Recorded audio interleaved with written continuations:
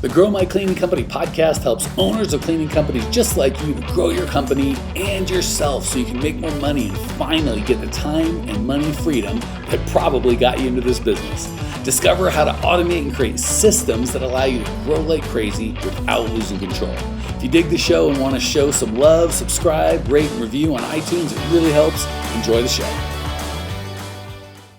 Hey, Cleaning Nation, Mike Campion here with a familiar friend if you are a fan of the show. And if not, get ready to be a fan of our guest, Suzanne Bandick, one of our growth coaches and all around kind of smart human being.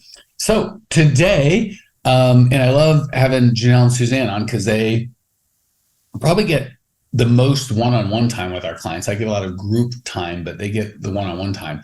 And she gets to kind of hear the stuff I think sometimes people are a little less willing to share in front of the group. And one of the things I've seen from a group, and I know she sees one-on-one, is the transition from going from cleaner or more globally worker bee to owner. And that can look like no one cleans like I do, or if I'm not, I've got it because I'm the owner, I've got to be there first there and last out. And I can't ask my employees to do anything I wouldn't be willing to do. Or just a lot of what I would consider limiting beliefs if you're trying to move from I'm a cleaner trying to be an owner, I'm a cleaner with some helpers, just trying to make that transition from self-employed, right? I'm a pool guy who cleans pools to business owner, right? I own a company that happens to provide the service of pool cleaning that my people perform. So that is the table best I can set it. Suzanne, you jump in anywhere you see fit, and I shall crack wise, as is my custom. Thank you, Mike. Okay, let's talk today about the importance of having a business person identity. And I have one big question for all of our listeners. Are you the owner of a cleaning company, or are you the cleaning company? And if you're the cleaning company, you're doing everything. And we see that a lot. So let's be aware, if you do not make the shift in identity, nothing will change in your business and you will stay where you are forever. And that is true for someone who's cleaning, who wants to step out of cleaning and become a real owner. And it's true for someone who's doing $100,000 a year or $500,000 a year when they want to up level. You still have to change your identity. Okay, so let's have a look at that. Actually, let me advocate for the guys that I love having Suzanne on because we are so similar in so many ways, but our thought process is just wildly different. So I can always kind of speak up for the guy or gal who thinks a little bit more like I do. And it's like, well, hold on, I've got a problem with that. I would offer a small asterisk to what Suzanne said, because I agree 100%. If you don't change your identity, you're not going to change your results long-term. But you can be like Sisyphus and get the rock up the hill a little bit, it's going to come crashing right back down. So just for those of you guys, well, I have made changes in my business without changing my identity. I'm sure you have. They've probably not been long-term, and they've probably not been foundational changes. So there are small things that you can do and even big things that you can do. But if your identity is going to revert to the mean, if your identity is that you're a broke, miserable person, it is very hard to have a business that isn't owned by a broke, miserable person. So I just want to encourage, there are exceptions, but not any ones that we want. Like, does anyone want to grow the business just a little bit, just for a second, and not get the big deal? So I just want to encourage, yes, there are some, you can make changes to your business, but if you really want to make a global change in your business, especially as a coach, because this is what we do, is what we get paid to do. We know we got to get once we get the entrepreneur right, it's so simple for the business to get where we want to go. And until we get the business right, it's just like dragging a rock up a hill. It just keeps going back down. Exactly. All right, there we go. Bandick podcast. We've said all that we can be saying. Wrap it. So now, I mean, we've set the stage. We've talked about the importance of having the business owner mindset, the business owner identity. And before we finish this podcast, I want to talk about ways that you can get there. But let's talk about the middle part. And that's the discomfort of changing the identity, which often causes us to not make the change. And I don't think people talk about that. I don't like when you're like, let's talk about the middle part. I was like, what's the middle part? And you're like, that discomfort. I'm like, man, once you say it, it's so obvious that it's uncomfortable. But until you said it, it wasn't obvious at all. So I think that's probably the sneakiest hidden part that people don't realize is a thing. Therefore, it doesn't get done. And therefore, they sabotage your own results. And that's why I want to let everybody know that you're not alone.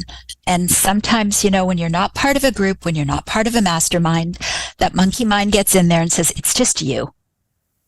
And then you feel all alone. However, you're not alone. It's really important to let everybody know that if you're having discomfort thinking, for instance, if I stop cleaning and I hire cleaners and I try to move back into a business owner identity or a business person, what do I do with my time? That's a big one. It's so easy to say, I'm too busy cleaning to do anything else. But now, if you don't have to be doing the cleaning, you're like, wait a minute, now I got to be responsible for more things. What if I can't do those other things? You're so right, Suzanne. I don't think people address any of this stuff.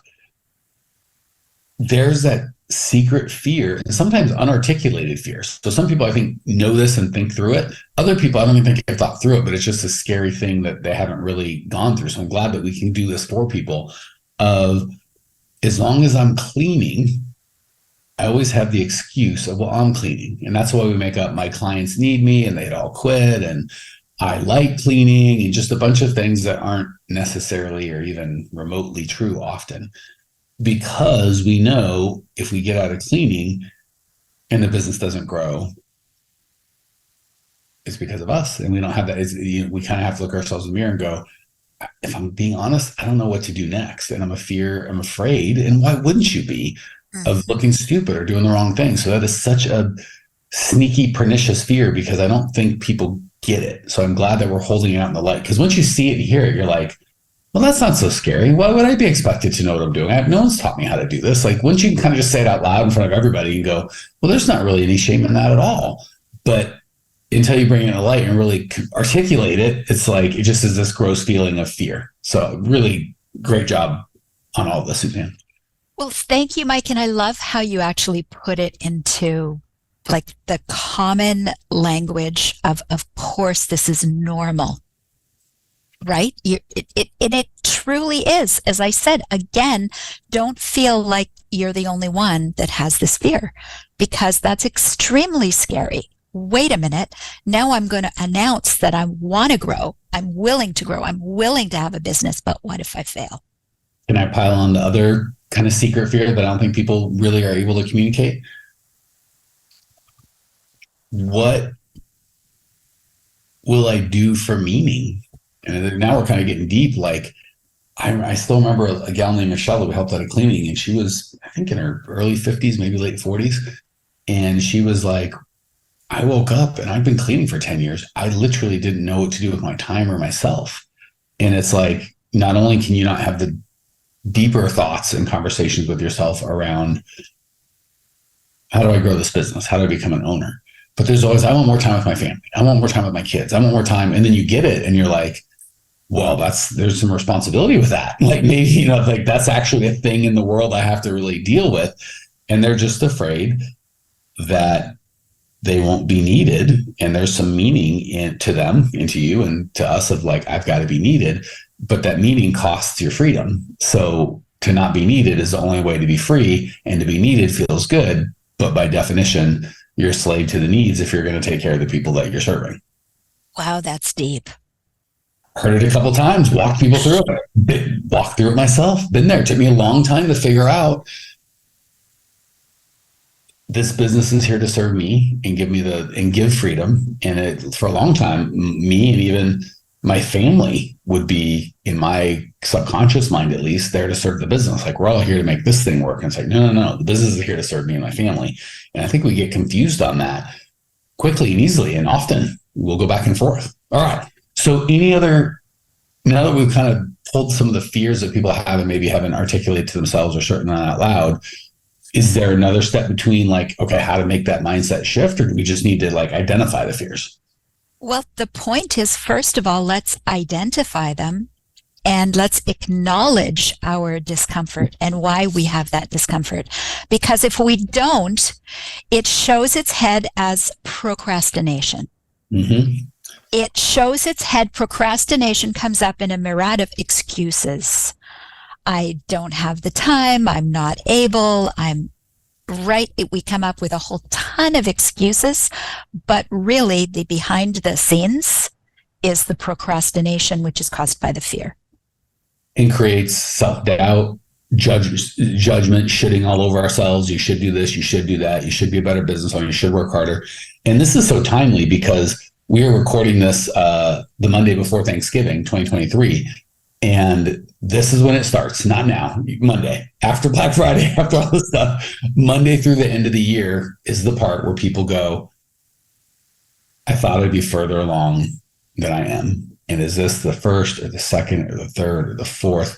I thought I'd be further along. And then we, as opposed to pulling it out and going, what did I do? And kind of have these conversations with yourself that Suzanne and I are having, ideally with you. We just shame and judgment because of a bad person, because either excuses like the world, the COVID, the whatever, or shaming. You're just a loser. You're too stupid. You don't work hard enough. You were born poor. You fill in your own blank. Right. Okay. So I'm going to give you 4 things that will help you become the business owner. And it's all based on success. Our success is 80% mindset first. 20% is the right actions, doing them the right way. So let me jump in again as the advocate for the mindsets, all hooey and, quit hugging. I don't hug trees. I got to own a real business here. Enough of your fooling around. Man, I was that way for so many years. And I still default to that belief of the mindset is, I don't want to say hooey, but like a soft skill, or it's like a supportive thing. And boy, it took coaching other human beings to really, and it's funny because it's not like I was immune. I just couldn't recognize it in myself as clearly as when your job is to help other people actually get results, and you've done it over and over again. And 100% of the time, if you do A, B, and C, you'll get D. It's just math. 1 + 1 always equals 2. If you do the things we actually do, you'll get results 100% of the time. Yet, if less than 100% of people get results, what could the difference be? And it is, I don't know if I'd even go 80% mindset, 20% what to do and how to do it. I'd put it like the engine and the fuel. Like, it's like, well, the engine's 80% of it and the fuel's, so it's like, well, you ain't getting anywhere without both. Like, it's not. Exactly. They're both. So I think that the reason we don't like the mindset is we can't track it. So that if you're a nerd and a crazy black and white person with me with no gray, which has not served me well, I'm not advocating, I'm just acknowledging it for all of you insane people like me out there. You want to be able to, god dang, check it, count it, put it in a box, say pass, fail, and with numbers and finances and activities and dials and leads, you can count it all. And it feels great as a business owner. But that doesn't mean it's more important. It just means it's easier to count. And the mindset stuff, which is like what actually moves things forward or pulls things from, even when all the counts things are right, if the mindset's wrong, you're never going to get out of it. Well, let's put it, not a cleaning business, but let's talk about even losing weight, because sometimes it's easiest to see. Our thoughts are creating our life. So let's say you are a heavy person that decides they want to reduce their weight. And you do. You become slim and fit and looking great. However, if your mind is still saying, I am a heavy person, you will gain the weight back, because that's the identity. And so it's always easier to see in other people and other situations, but I think that makes it very graphic. To put an even finer point on it, because I love your example, is addiction, right? Like, I forget who I was talking to, but an expert in addiction talked about smokers, and he helped people not smoke, and he was an expert in it. And he said, I know when someone's actually done smoking, they're not a smoker. And I'm like, and I'm thinking time, is it, they haven't had a cigarette in 2 weeks or 2 years, or, that's me counting. Well, how many cigarettes, how much time, like super analytic, which for business owners, guys, gals, it's a strain. I'm not saying you shouldn't have this, but if you exclude your beliefs, you might as well throw it in the garbage. Same thing. If you have all the beliefs in the world that are perfect, but you're not willing to do the right things, you might as well throw that in the garbage. And he goes, it's when they start identifying. So if Suzanne offered me a cigarette, I wouldn't think about it or go, well, I'm a smoker, but I'm trying to quit, and I haven't quit. I'm recovering, and I haven't whatever. I would just go, oh, I don't smoke. Like, it's not. I wouldn't have there would be no thoughts. It would just be like, I don't. That's identity, right? Like, right. Can you dunk a basketball? Nope. I don't have any thoughts. That's not something I am.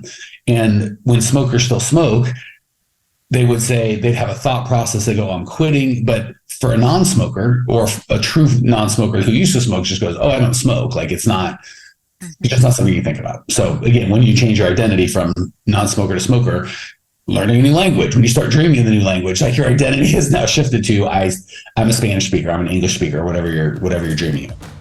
Hey, amazing people, you may have noticed we don't sell a dadgum thing on this podcast. We don't allow ads. The only ask I can ever have of you guys is if you dig the show, for you to spread the word and share so we can change as many lives as possible.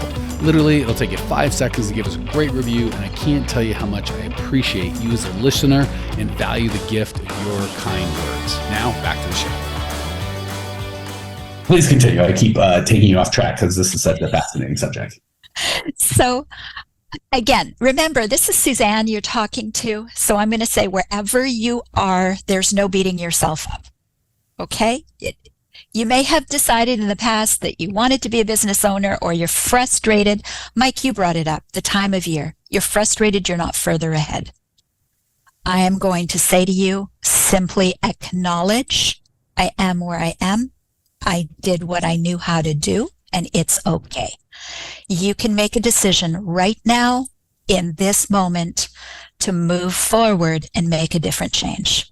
And as you move along, will you always get it right? No. Will you sometimes slip back? Yes. However, if you keep the destination in mind, I promise you will always get there. You can do this without beating yourself up. Suzanne's words. Let me translate it to the mic. So we go, no, I have to beat myself up. Right? 'Cause I would insanely so. Okay, because I love speaking. I love us talking, because you can talk to half of the world, I can talk to the other half, and most people will get it from the combination of both. I'm more pragmatic probably than is helpful.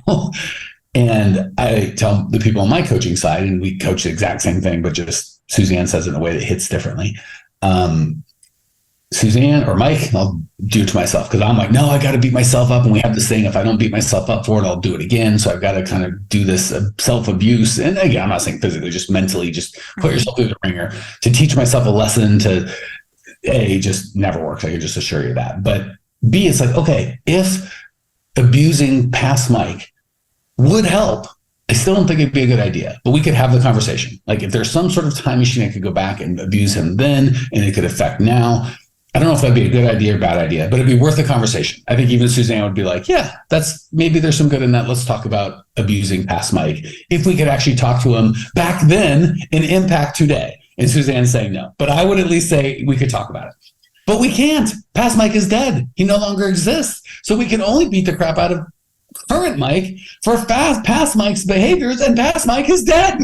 He can't hear it. He can't be affected by it. We can't communicate. There is no time machine. So I'm being less extreme than Suzanne, or more extreme, depending on what pole you're sitting on, going, I would countenance the conversation if it could have any impact on today, but just beating the crap out of past Mike is like, well, that pretends that past Mike exists. He doesn't. So we're just beating up present Mike, and present Mike has no impact on past Mike's behavior. He doesn't have a time machine.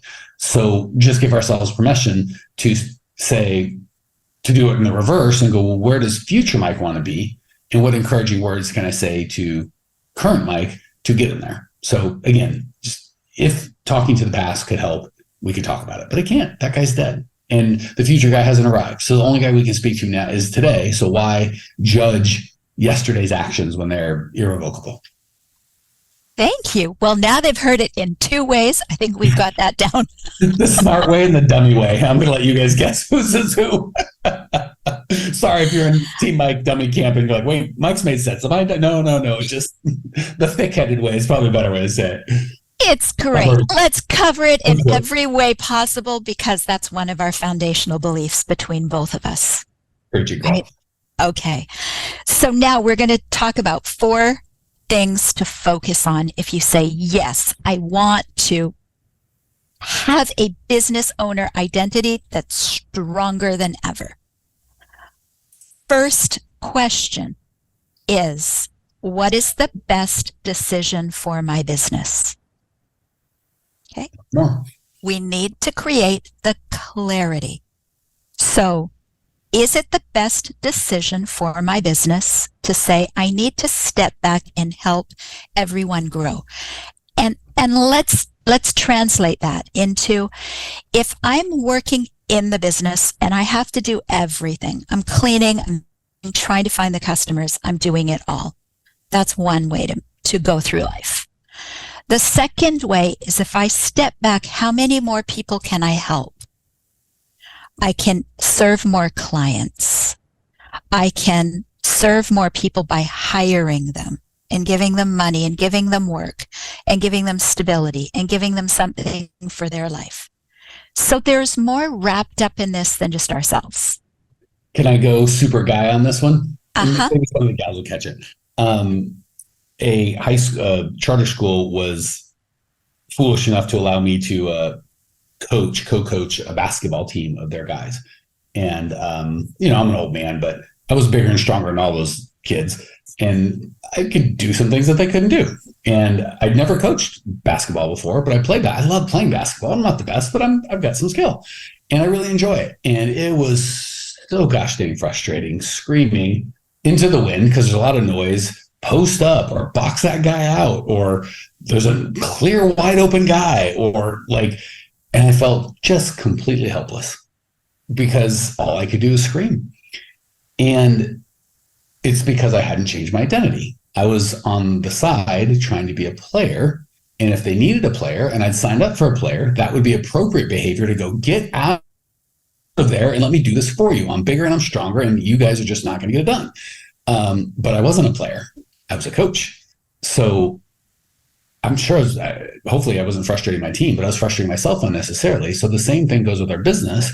If you want to be a player, that's fine. Get a job. There's nothing wrong. It's not like coach is good, player is bad, or vice versa. But you got to do the job that you sign up for. And if you really want to be an owner, yeah, it's a lot of sitting. And guess what? You're going to sit on the bench or on the side and plan and yell at guys. And sometimes they're going to listen and sometimes they're not. And sometimes they're going to execute the way that you would have, and sometimes they're not. But just like Suzanne said, you got to just be clear on who you are and what you want out of this thing. And if my job is to go play basketball, I could go find peers of mine and play basketball with them, and it would be totally appropriate. But if I said, hey, I'm going to be a coach here, I have to kill some things that I might want because it's not about me. It's about the team. And especially if I'm on a team, it should always be about the team. But if I'm the coach of the team, it daggone well better be about the team. So I think it's just understanding what you're there. And if you're going to be a player, that's called an employee, and that's great. Employees are amazing. But if you're going to be a coach, you got to coach. And the problem is we get into the step in the coach position, we want to play the game. That's not fair to the other players. Perfect. Okay, so first is the decision. And when you make that decision important enough, it helps you move forward. Mm-hmm. Right? If there's strong enough reason, this is important for my business, it's important for other people, you move forward. So now how do you move forward? Number 2 is I'm going to suggest I am statements. My favorite. So these are my favorite because of you, Suzanne. I didn't have these or use these until you introduced me to them, and I love them. Okay, so defining who you choose to be as a business owner.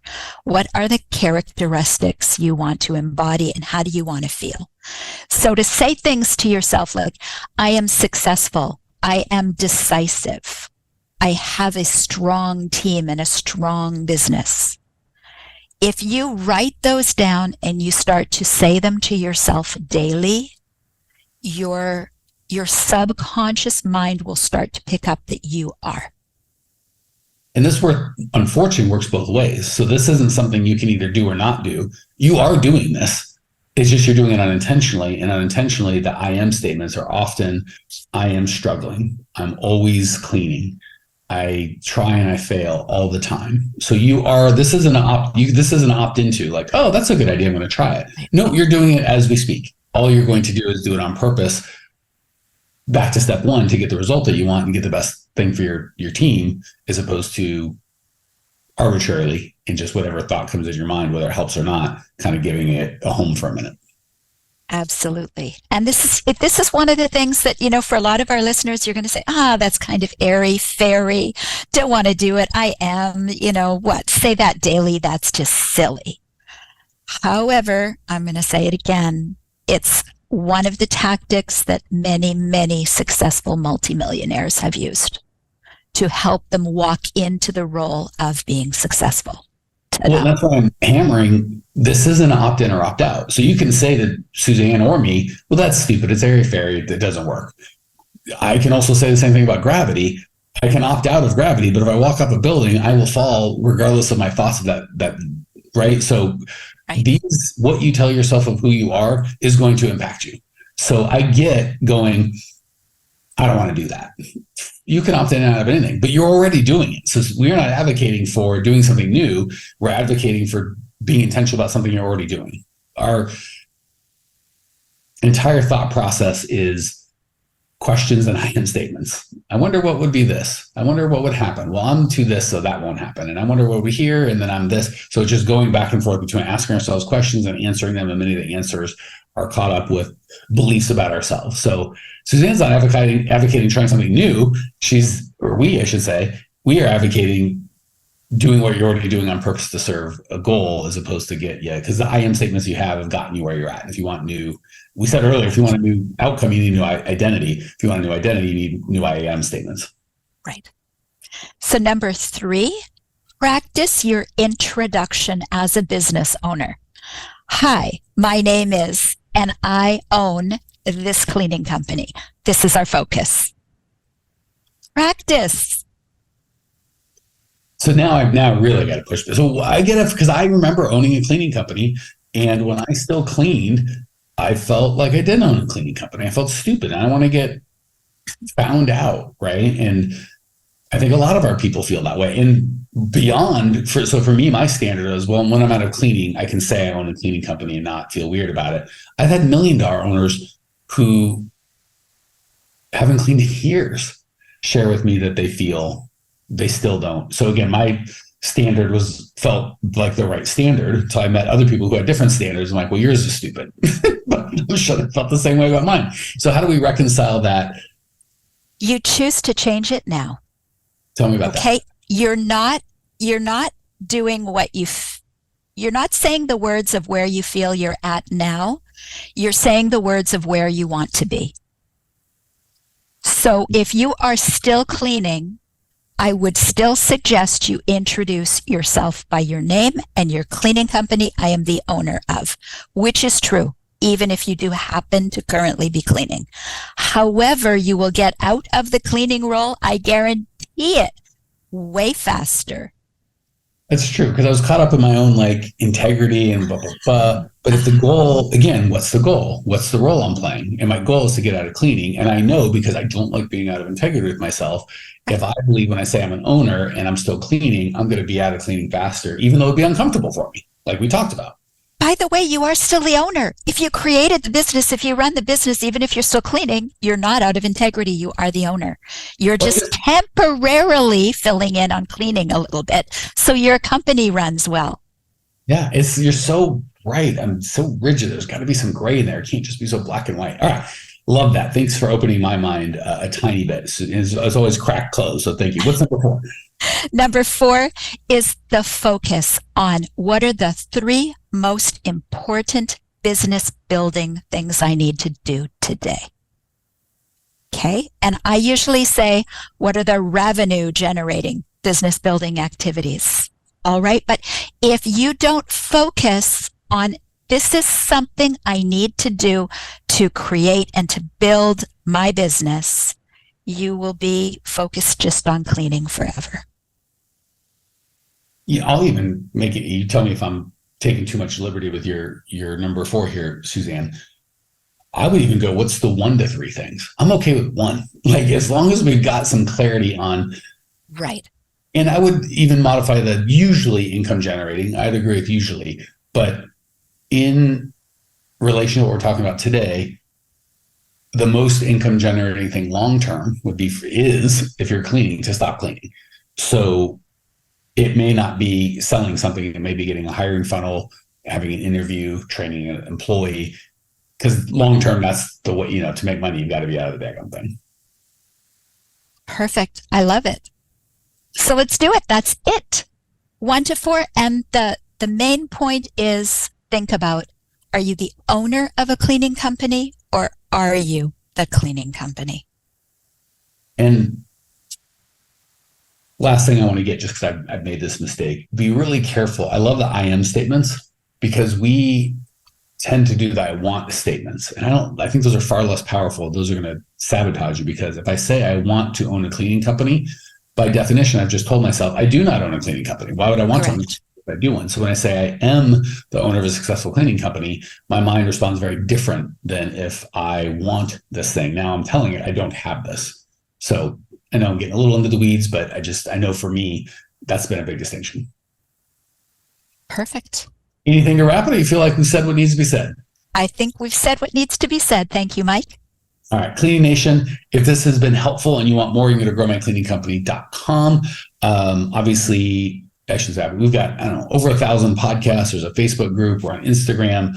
Reach out if you need some personalized help. But wherever you go, whatever you do, the magic too, right? You've got to know what to do, and you've got to know how to believe. And if any curriculum, coaching program, mentor, mastermind group, any book that you read that doesn't give you both is going to be woefully short. You've got to know how you need to think and what you need to do. And believe it or not, I had to pick one. You need them both, but it'd be how to think. Because if you know how to think, you can figure out what to do. But if you don't know how to think, you know exactly what to do, and there's always going to be an excuse. So take action. Don't be that's great, and hit next podcast without taking some sort of action. Never leave the scene of a decision or a commitment, especially if it's the end of the year and you want next year to be different at this time. growmycleaningcompany.com. Get some help.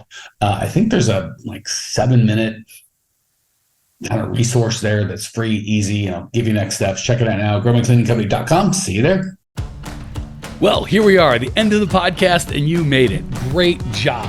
I've got a little bonus for you for sticking through with me. But like I mentioned before, if you got value out of this podcast and you want to show a little love, subscribe, rate, and review on iTunes, Spotify, wherever the heck you're listening to this thing. Share it with a friend. Share the love. And as a special thank you for those of you that stuck with me to the end, how about I give you my personal phone number so we can text? It's a great way for me to get to know you, your business, your goals personally. So shoot me a text now, 602-932-6431, 602-932-6431. I am the only one who responds to these texts, and I will personally respond to everyone I possibly can as long as this number is manned. Don't know how long we're going to keep this at the end of the podcast, so grab it now, 602-932-6431. Give me a text, say hey, can't wait to meet you.